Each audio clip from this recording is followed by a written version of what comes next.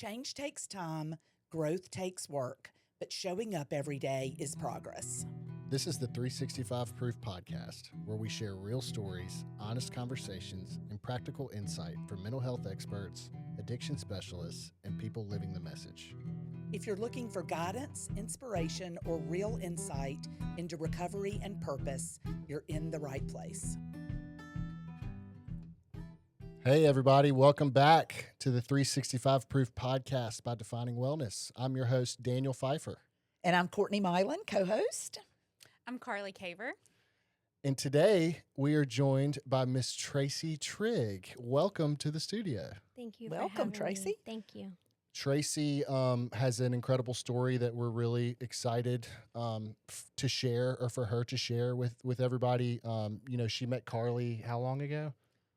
Maybe just like 2 months ago. Awesome. Yeah, and I've heard your name a million times since then, and which is great. And so Tracy is the founder and CEO of Loving Through His Eyes, which is a Mississippi-based private nonprofit specifically designed to help women learn how to live again. Women that are struggling with all sorts of trauma, human trafficking, all of these things that are going on in the world right now that need attention. And so this is a conversation that people need to listen to because it's happening everywhere. Mm-hmm. Everywhere. Yes, it is. Tracy has a very extensive bio, and I can't wait for her to tell her story, but I'll say that, she is somebody who struggled with abuse and PTSD at an early age, and through faith and her own recovery, working through shame and all the things that have been a part of her life, God has called her to start this mission. And it's a beautiful thing. And I'm, as a Mississippi person, I'm just I love Mississippi, and I love that we have this here. I think that it's a need that needs to be filled. So, without further ado, welcome. Thank you so much for having me today. This is truly an honor for Good. me. Yeah. Truly. Love having you. Thank you. So the way we want to start is like with whatever your comfort level is. Tell us about you and your journey. I know you've spent a lot of time doing mission work in the Philippines and in Africa, and you mentioned your husband's doing some stuff right now with FCA. So tell us about your journey and how we got here. Okay. From a very young age, I was a really bad stutterer. My dad was in the Navy, and we lived in Southern Norfolk, Virginia on base. In the third grade, this is when my trauma started. Mm-hmm. I was molested over and over again by my math teacher. And every time I would move, he would hit me with his ruler. And he would tell me, you can't never tell anybody, because if you do, they will send back your daddy back out to sea. And he would say these things just when my father came back from being gone for about 6, 7, 8, 9 months. So that was at the point when the seed of secrets and fear and shame entered into my life. I never told anybody, and also my stuttering got worse. At the age of 12, I was doing a paper route on base, and back in them days, you had to go door to door and collect your money for you doing the paper. And I went to the barracks and knocked on the door, and the guy answered his door in a towel, and he pulled me in. And I never talked about that as well. So shame really, really consumed me, in fear. Yeah. And I didn't trust anybody, especially men. I didn't like being noticed. And so from that point, I barely ever talked. Because when I did talk, I was teased, I was called retard, I was called all kinds of horrible names. In school, I would get Fs because I refused to do oral reports. Back in them days, you had to do them a lot. That's right. Yeah, and because I had tried it once, and I stood up there, and I was mocked and teased and laughed at, even by the teacher. And so from that point, I never did any other oral reports. And we moved from we moved from actually Virginia after my dad retired out of the Navy, and we moved to California. There, I was brand new to a whole new world. Mm-hmm. I come to California with a Hickadoon accent. I was a tomboy, and I still stuttered really, really bad. Mm-hmm. I never done well in school. If I got a B, that was great. I always got A's in PE because I was athletic. So that's one thing I did good in was sports. Mm-hmm. But everything else, it was very difficult for me. Mm-hmm. I met my husband in high school. In California? In California. Wow. Actually, I was invited to a church. They were having an actual youth night there, and they're playing volleyball. Sports, I'll go. Yeah. My older sister asked me to come. I go there, and she introduces me to Lawrence, and I found out that the high school that I started going to, that's where he went. So he became my friend. Okay. He would show me around school and everything, and he would help me with my homework. He was an A student. He would help me with my homework, and he's the first person in my whole entire life, and still to this day, that has never laughed at me, never teased me, and never tried to complete my sentences. He Wow. just sat there patiently and let me figure it out. Wow. That's huge. Yes, it is. Yes, it is. Because at that point, he was giving me a voice that I didn't have Right. Yeah. for many, many years, because somebody saw that, I couldn't do it, but yet he sat there patiently and waited until I can get words out. Yeah. Wow. So from that point, I've always knew that I wanted to be a voice for those who didn't have a voice, because I felt like for many years I didn't have one. I didn't know exactly what it looked like. After high school, he asked me to marry him. My parents didn't approve, for the mere fact that he was black. They said he's the best thing that ever happened to me, but he's black. Didn't matter. He was the best thing that happened to me, but because of his skin color. I dealt with being abandoned because my parents moved out of California. It was the week I got married. And so that was real hard for me, not having my parents inside my life, and Sure. and my grandparents and my uncles and all that. But God worked all that out. But it took a long time. Sure. As an adult, I started working, of course. Everybody does that. Yeah. Right. And I was working as an actual journeyman checker, which is a grocery store called Lucky's in Fairfield, California. And I was up there checking, and next thing you know, I feel this pain inside my back. And I'm like, what in the world? And then I look up, and I see my also customers standing there with their eyes all wide open. And I try to turn, and this man shoved his gun into my back and says, don't look, don't turn around. He held me up. Oh my gosh. That was How scary. very, very scary. And how old were you at this time? This happened in 2006. Right now I'm 62. I don't do math. That's Yeah. great. Yeah. That's all I right. never can do math, That's all right. You know why? Yeah. Right. So, yeah, I would say my 30s maybe. Okay. Yeah, I had 2 young children. Mm-hmm. And he got caught. I had to go in and testify in front of him and scared to death, Yeah. not knowing what he's going to do to me if you ever saw me outside, Mm-hmm. But he got 10 years for aggravated assault because of the trauma that I faced after that. Mm-hmm. I got to a point where I couldn't do that job no more. Yeah. And then I started working in a credit union. Go figure. Yeah. But I loved my job. I had worked myself way up. I worked myself up to be a teller, trainer, and supervisor. At this job, I was held up 4 different times. Oh, at the credit union? At the credit union. The last one that happened, it did me in. He jumped over the counter, put the gun to my head, threw me on the ground, and he says, do what I say to do.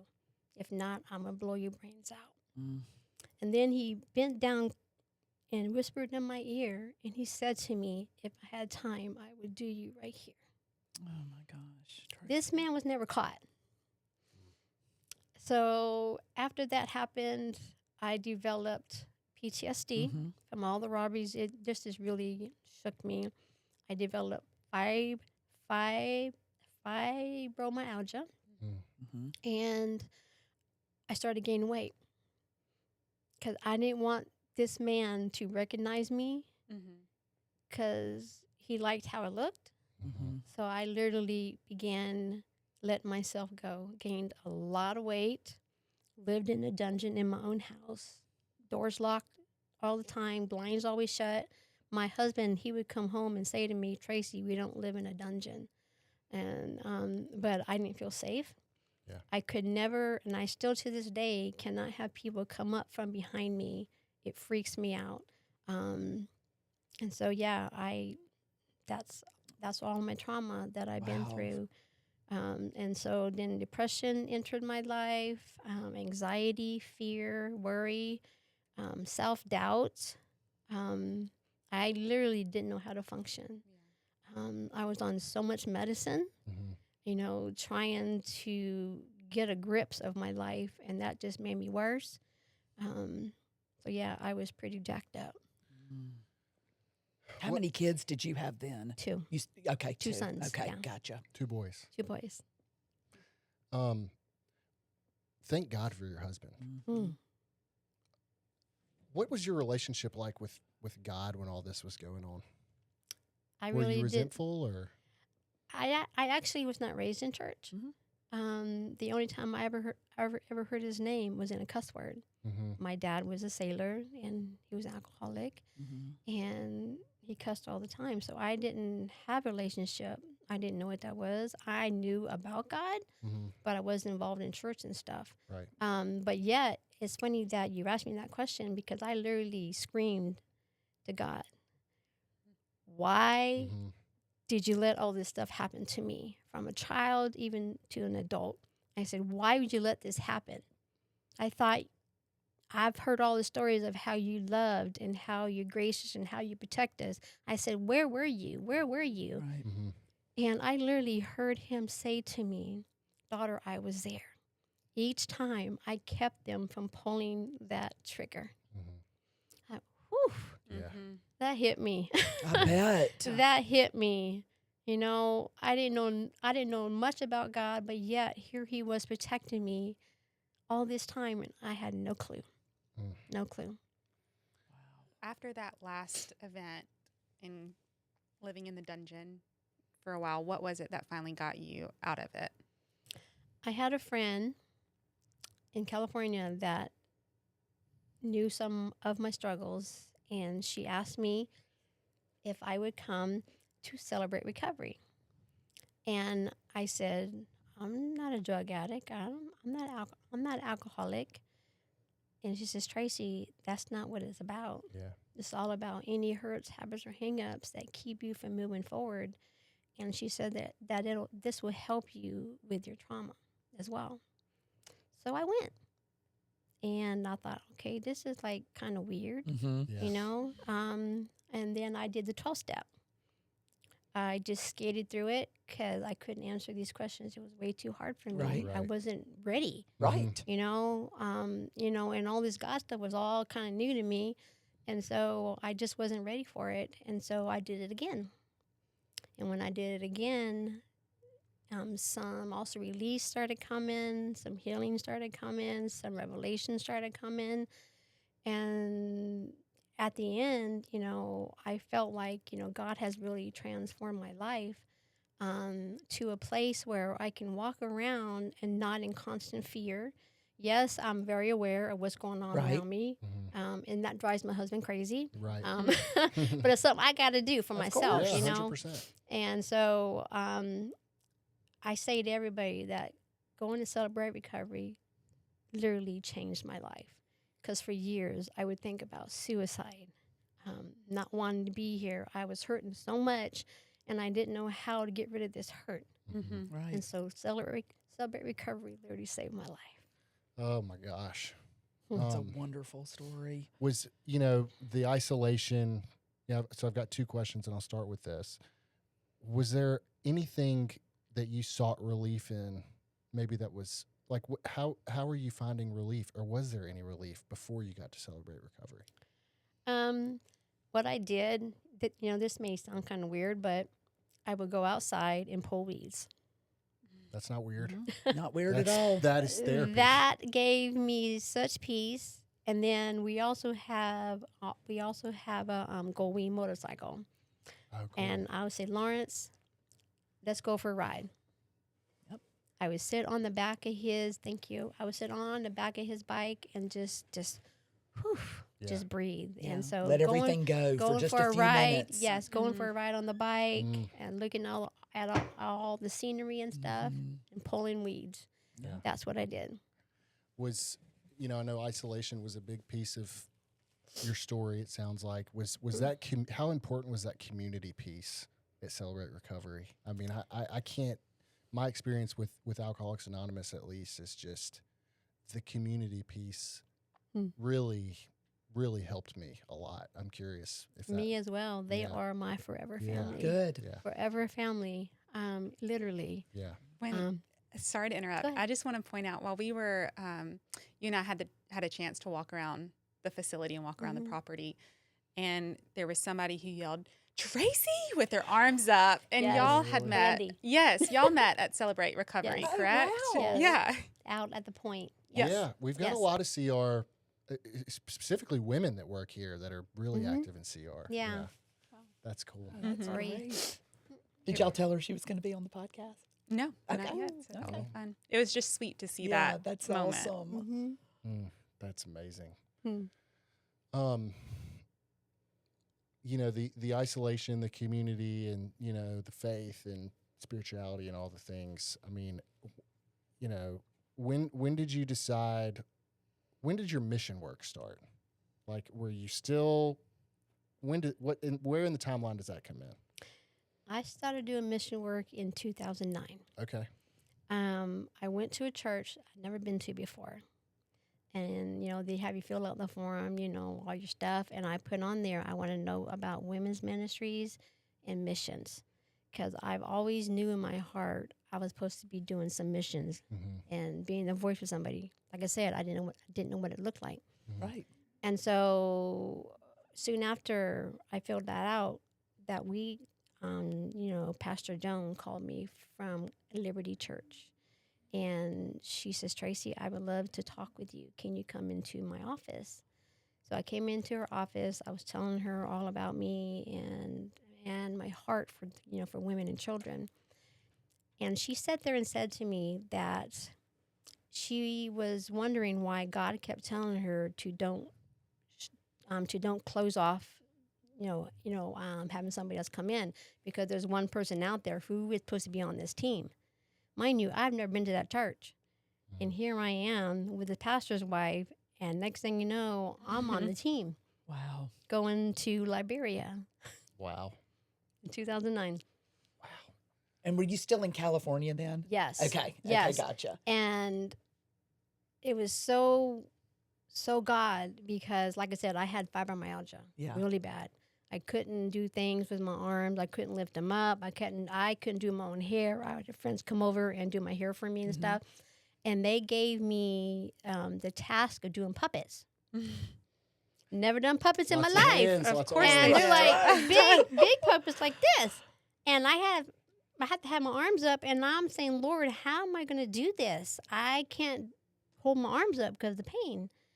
And so I went to a class for our team, and our pastor there had 10 different people up there, saying that, they want to pray over these different things that our team may have. And none of them was what I had. And I'm sitting there, God, what about me? You called me to be on this team and to do puppets. Lord, I can't lift my arms up. I couldn't hug. It hurt so bad. Right after I said those words, a lady named Sylvia came and sat next to me, and she says, God has told me to come over here and pray for your arms. Wow. I am not kidding you. Wow. And she prayed for my arms. And as soon as she started speaking, I felt this hot oil go from the top of my head all down into my neck, all down into my arms, and it stopped at the middle of my back. And next thing you know, she asked me, "Can I hug you?" Mind you, I couldn't be hugged because it hurt so bad. And I didn't know what faith was just yet, but I said, "Yes, you can." And she hugged me, and it did not hurt. Wow. Pastor Sam asked us, "Is there anybody that has like a testimony of what God did?" Like I said, I've never been to this church, don't know nobody. Yeah. And here I am going up there in front of all these people and Pastor Sam still stuttering. And I told him what happened. He was reluctant to hug me. That's what he shared with me, because if he hugged me and it hurt, that'll look bad. But then right then the Holy Spirit quenched him and says, "Trust." And he hugged me. And when he hugged me, he said he felt a surge come out of my body into him. And he started crying. Wow, Tracy. God healed my arms Yeah. to do puppets in Liberia That's, and do my own hair. yeah. Oh my gosh. So let's. I've got a dear friend since I was about 4 years old who has struggled with a stutter his entire life. On and off, sometimes it's better, sometimes it's worse. Was there a moment for you, like, it sounds like this could be that moment where you started to work through, because I can't hear it. I mean, I can't. It's amazing. So tell me a little bit about that. Because I know that's a huge piece of his shame and his self-worth and his ability to feel comfortable around others. Right. And this is, he's a really good dude, and, he's got everything you could ever want. Right. And but the stutter is really tough for him. So tell me a little bit about that. Well, That's a great question. I was on the mission field in 2017 in Samar, Philippines. And I just got done speaking at the high school there to boys and girls about sex, drugs, alcohol, suicide, abortions, all that stuff, and being hurt. After I finished speaking, it took me a bit, but I finished it. 22 boys and girls come running to me, telling me their stories. Here I am standing in this field. I'm crying out to God, "Lord, give me the words to say to these kids, because I'm angry right now. They're all being hurt how I was as a child." And he says to me, "Daughter, I'm going to give you the words to say, but I need you to look them in their eyes." I said, "Daddy, I can't do that. I'll stutter." Because my whole entire life, I could never look anybody in the eyes and speak, because I would get worse. I would get worse. And he says to me again, "Daughter, I need you to look them in their eyes. I will calm your tongue. I will give you the words to say to them. And when you look them in their eyes, what they'll see is me through your eyes." And that's where Loving Through His Eyes was birthed from. From that point on, God has literally calmed my tongue. Wow. I can speak with confidence and pride. Yeah. And I cry a lot because it's like my whole life I struggled Right. of not feeling accepted, wanted, cared, or loved for because of how I talked. Yeah. And God has just graciously gave me back my voice. That's So, amazing. How did you make it to Mississippi Ooh, that's another from miracle. California? I had just gone to a training on human trafficking, and it was with Courage Worldwide. Okay. And I had just come back from the Philippines, and I was invited to this training. I'm sitting at this table, and all around me is doctors and nurses and professionals, and here I am, just little me, just a missionary. Yeah. How in the world did I get invited to this? But I was. And I'm sitting there and sharing some, I was sharing some stories and stuff. And the actual director was sitting she was sitting right next to me. After class, she had sat with me, during lunch, and she says, "Tracy, I would love to have you be part of our awesome ministry, but in Mississippi." And I said, "What?" And she says, they are in the process of building a home in Mississippi. And I said, "Where in Mississippi?" She says, "Not too far from the Jackson airport." I said, "Are you kidding me? For the last 9 years, my husband has been trying to get me to move to Mississippi. No way. Yes way. And I couldn't do No it. way. I couldn't do it. I was scared. I was afraid of change. And I literally had told God over and over and over again, more than 4 times, Lord, send me anywhere. Use me anywhere. Please But not God, I Mississippi. do not want to go to Mississippi. Yeah. I did. Yeah. God has a sense of humor. Yes, he Literally, he does. does, because here I am. Mhm. And then when I get here, I call, my friend over this ministry, and she says, Tracy, we're not going to be able to come there now. And I said, okay, God, why did you bring me here to fail? Yeah. I don't understand. He says, you haven't failed. I had to use other means to get you where I wanted you to be because you weren't listening. Mhm. Wow. He wasn't listening to me. Wow. That's how we ended up here in Mississippi. And how long ago was that? Huh? How long ago was that? We moved here in July of 2019. Okay. Wow. And then the whole world shuts down. Yep. So now we get here. That's right. So I took that time, and that's when I applied for my nonprofit status, Yeah. because I knew that I was opening up a home, because Lord gave me 2 dreams. Mhm. One of the dreams were I was standing over this cliff with my pastor's wife, and she's telling me to jump in. Right. And I'm saying, I'm looking over this cliff. I said, if I jump in, I'm going to either die or get hurt pretty bad. And then all of a sudden I hear this voice, do you trust me? And then I hear this other voice, oh, just turn around and run away and just be a failure like you've always been. And I said, I'm not a failure. Mhm. And I put my arms out wide, and I dove head first. As I was going down, these waves came out of nowhere and covered these rocks. I wake up and I said, Lord, what was that about? Why this dream? And he says to me, no matter how it looks, no matter how hard it gets, trust me. You got to trust me. 2 days later, I have this other dream, and I'm having all this pain inside of my stomach. My pastor's wife again takes me to the doctor, and this also doctor tells me that I'm pregnant, but I don't have a baby. I wake up, and I say, Daddy, what's that about? What was that dream about? And he says, I'm about to birth a ministry out of you. It's going to be hard. It's going to be painful. It's going to be frustrating. But just remember, don't quit. Trust me. Wow. Wow. So I know without a shadow of a doubt, I'm in my calling, I'm in my purpose, but I would never have found it if I hadn't first started going to celebrate recovery. I honestly believe that. Wow. Wow. Yeah. And you literally took a leap of faith I Yeah. did. off the cliff. Yeah. Right? Yeah. Mhm. Yeah. Mm-hmm.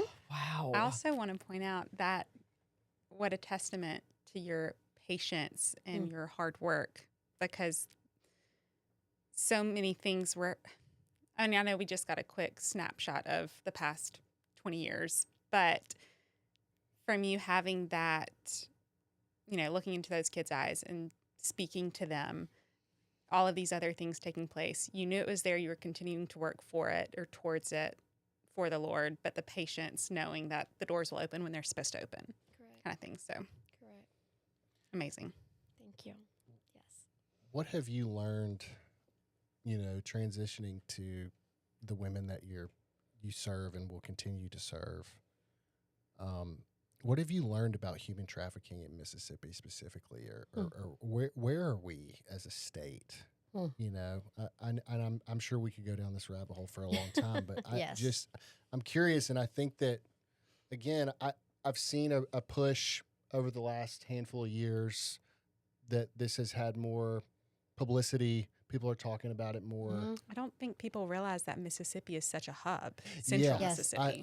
I'm curious to learn a little bit more about Yeah, that. we Yeah, all need I to mean, learn. me too. Because I said, Lord, why Mississippi? Mm-hmm.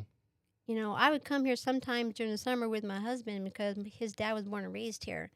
I would come here. I hated the big bugs, all the little things that fly around that attack you, and the humidity was horrendous. Right.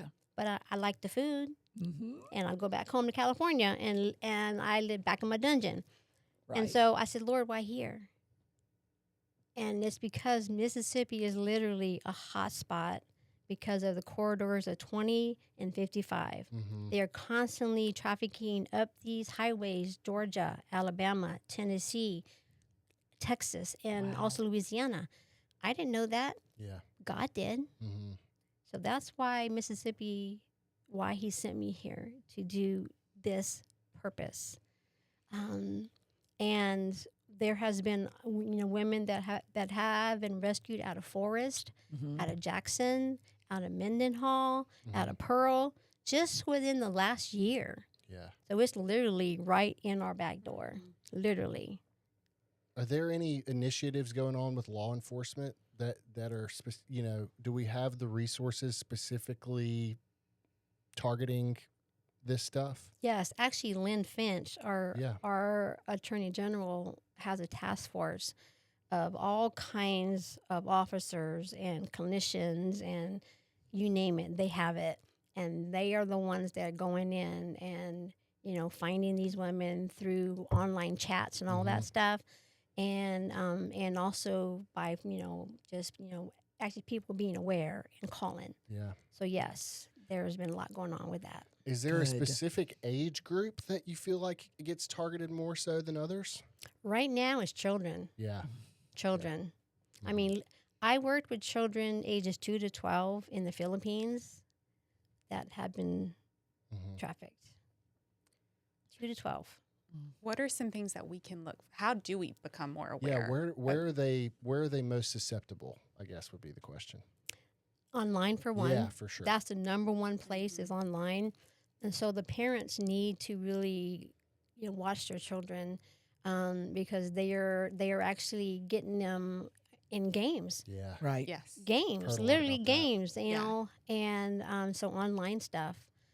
Because they are locked in their rooms, and next thing you know, they're chatting with somebody who think that is their age, and then this person starts to groom this child, and when they find out, well, this child is dealing with trauma, this child only has a one-parent household, and so they start to tell this child how she's loved, how she's valued, Mhm. and she may not be getting that at home.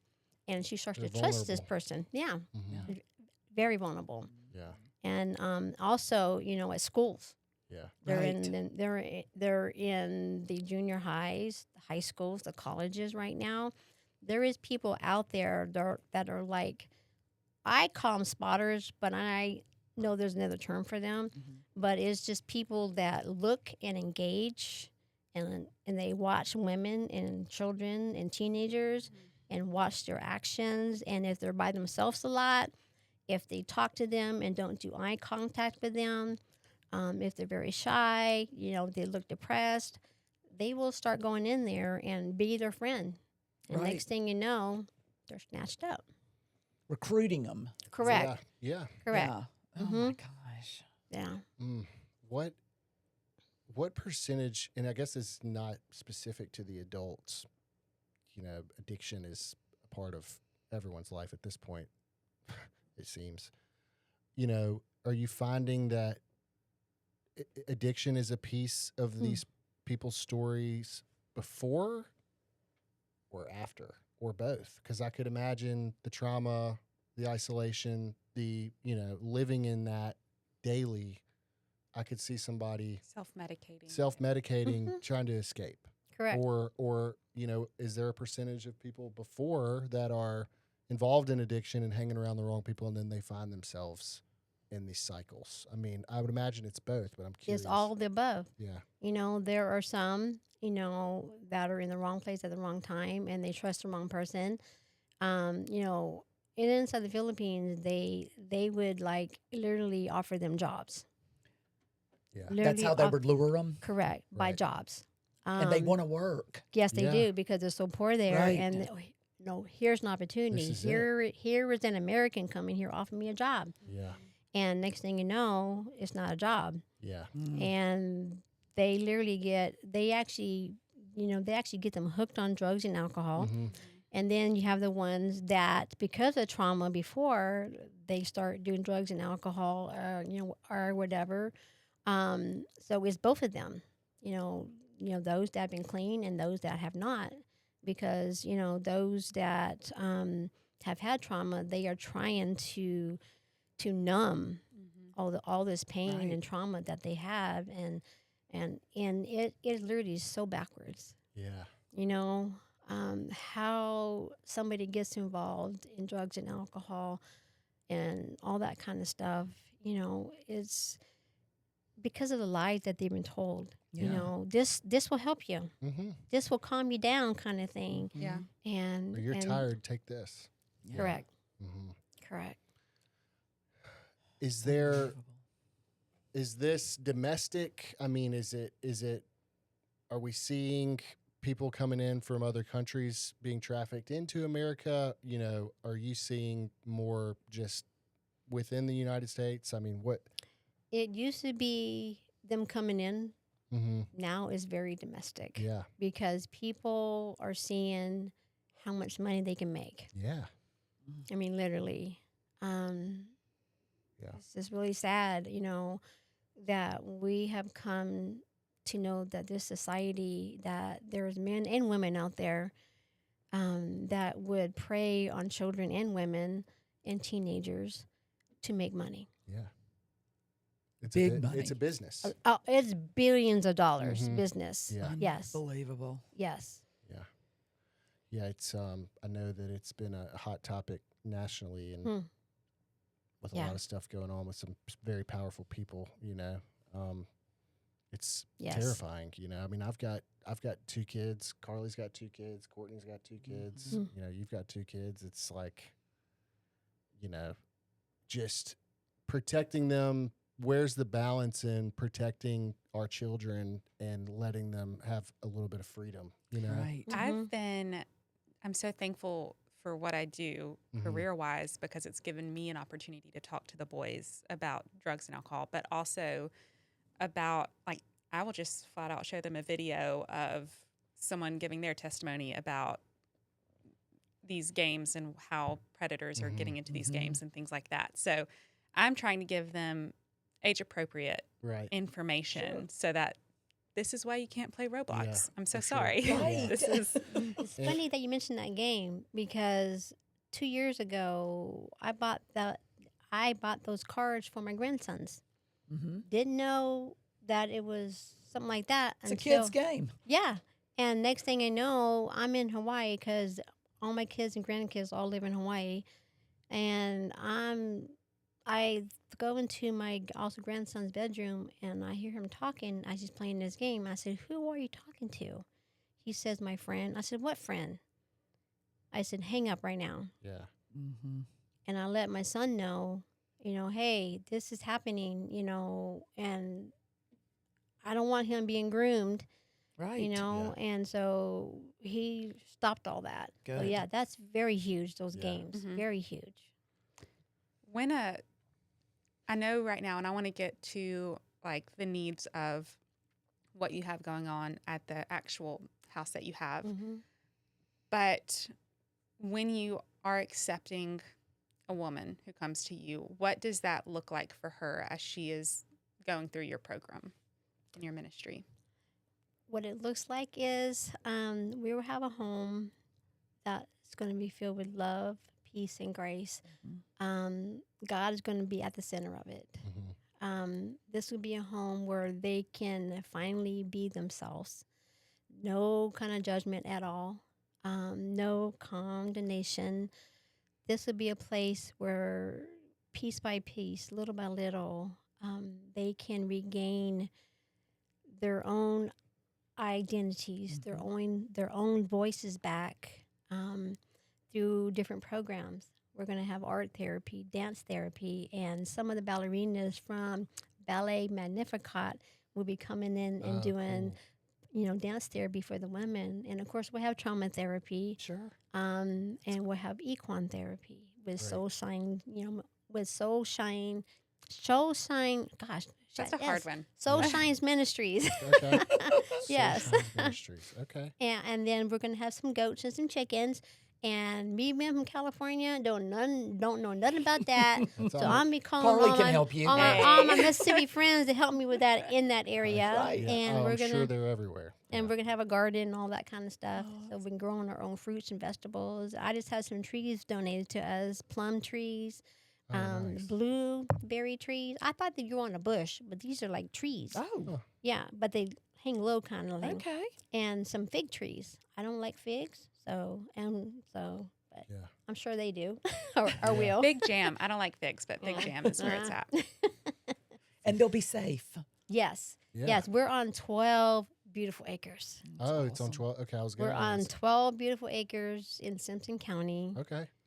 McGee, Mendenhall. I'm saying Simpson County. Okay. There you go. gotcha. Yeah, there you go.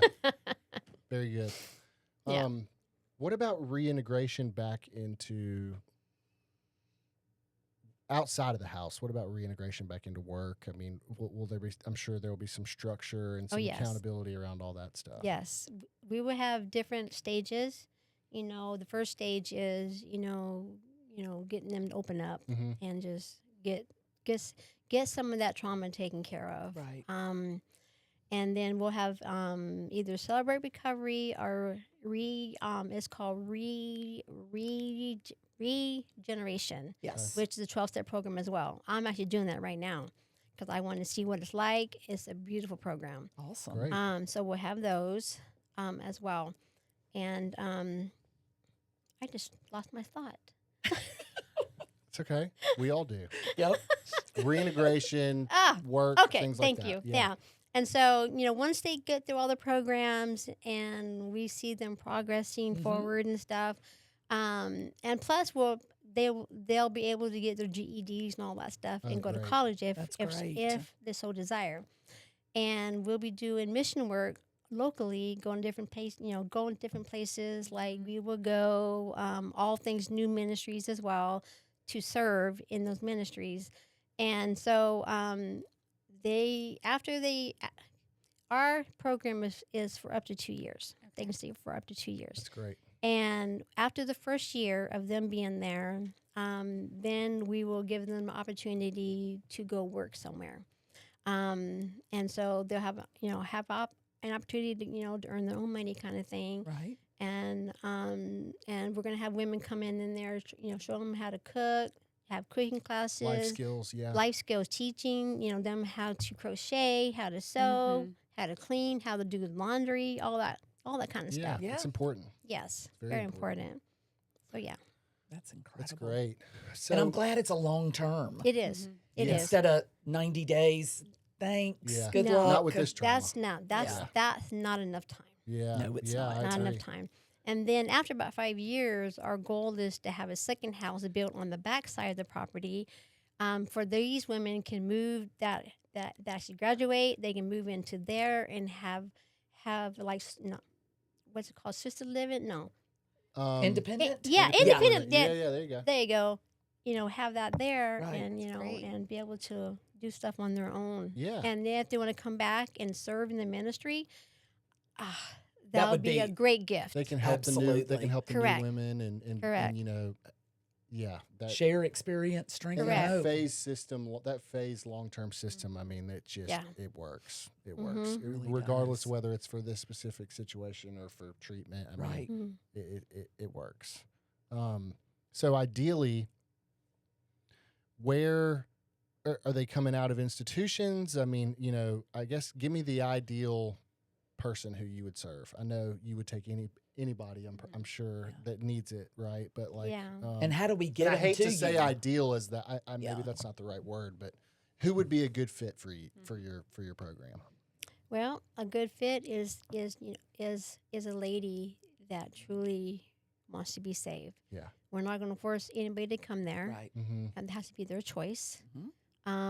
And we would get them from institutions, those Yeah. that have been trafficked and they were in jail. From also local churches, those that have found these women Mm-hmm. through also law enforcement and also through Lynn Finch. Yeah. They will be able to contact us. All of the actually Mendenhall, Pearl, Flowood, and Brandon, all the sheriffs know I'm here. Yeah, that's good. Great. They all know I'm here. That's If great. not, they will know soon. So yeah. Well, there's a sheriff's conference there's a sheriff's conference going on the coast in July. Oh, Yes, wow. I was So, just thinking the same Yeah, thing. I mean can get you we'll be there connected. as a Oh. mental health provider, but Okay. maybe anyway. We'll talk. We'll I'll connect. get Yeah, you. we'll connect you. Yeah, I Sounds mean, like a look, great this is idea. what Yeah. we do. We're gonna Carly will connect you to anybody and everybody. You know, Yeah. that and you'll probably help her get connected to people that she doesn't. Yeah. So, And what I'm doing, it's going to take a village. yeah, of course. You know, especially being private, it's going to take a village. I Yeah. can't do this by myself. I mean, yes, I have God leading me and guiding me, but I need other people involved. What are some physical ways that the community can get involved with you right now? Immediate needs. We need stuff done to the house for one. Mhm. Some renovations. Renovations done. We need a whole new air conditioner, Mhm. heater thing. Yeah. You know, that to be Mhm. replaced. We want to go from electric to gas because it'd be a whole lot cheaper.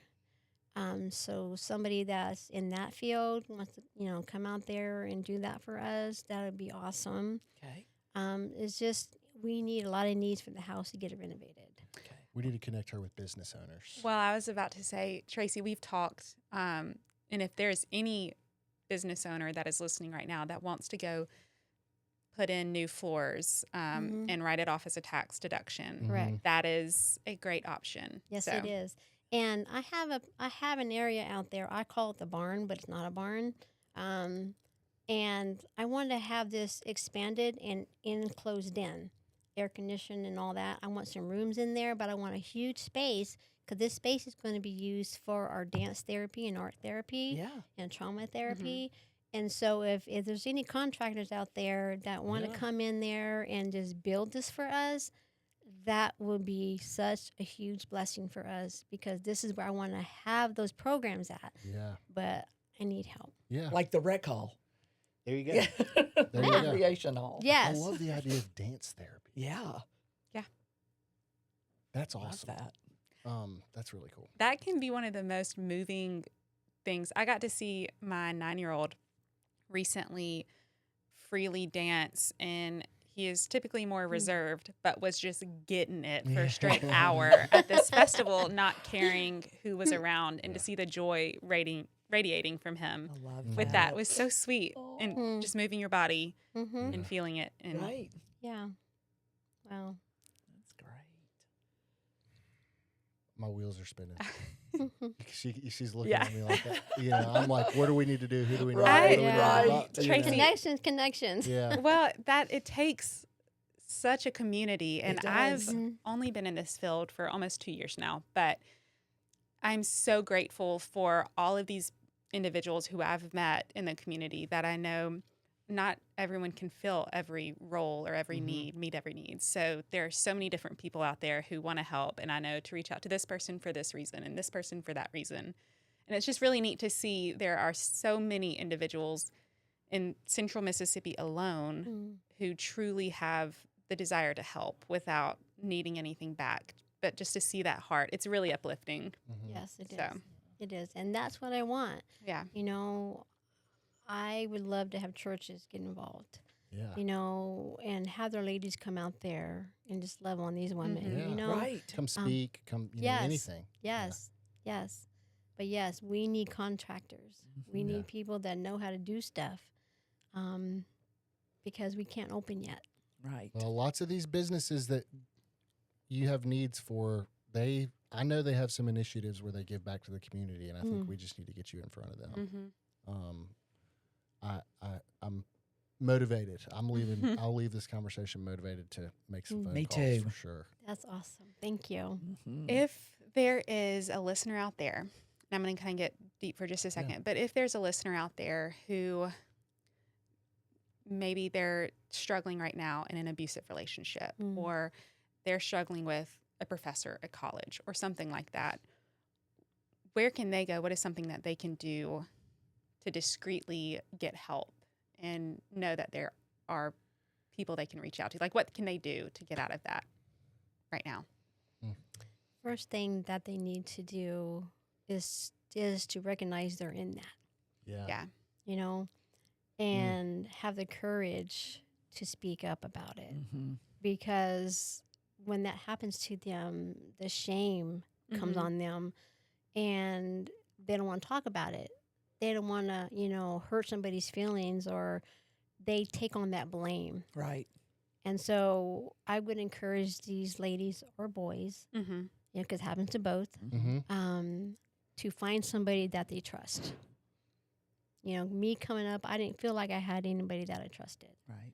If you have a real good friend, a pastor at a church, the pastor's wife, Yeah. there's all kinds of programs out there. I mean, you can contact me. Yeah. I talk to women all the time, and it don't have to be just also human trafficking. Yeah. Because I know what it feels like to not be heard, not have a voice. I know what it feels like to carry shame and guilt, and you don't want to stay there. No, you don't have to. You don't have to stay Yeah. there. There is people that can help you, and also give you the courage to step out of it. Right. You don't have to be there and be abused, either mentally or physically or emotionally. You are valued. That's right. You are valued, and you're loved by God. Yeah. And He hates it when His daughters and sons are being hurt. Yeah. He hates it. So just get the courage. Yeah. Reach out to somebody. I love that, Tracy. Yeah.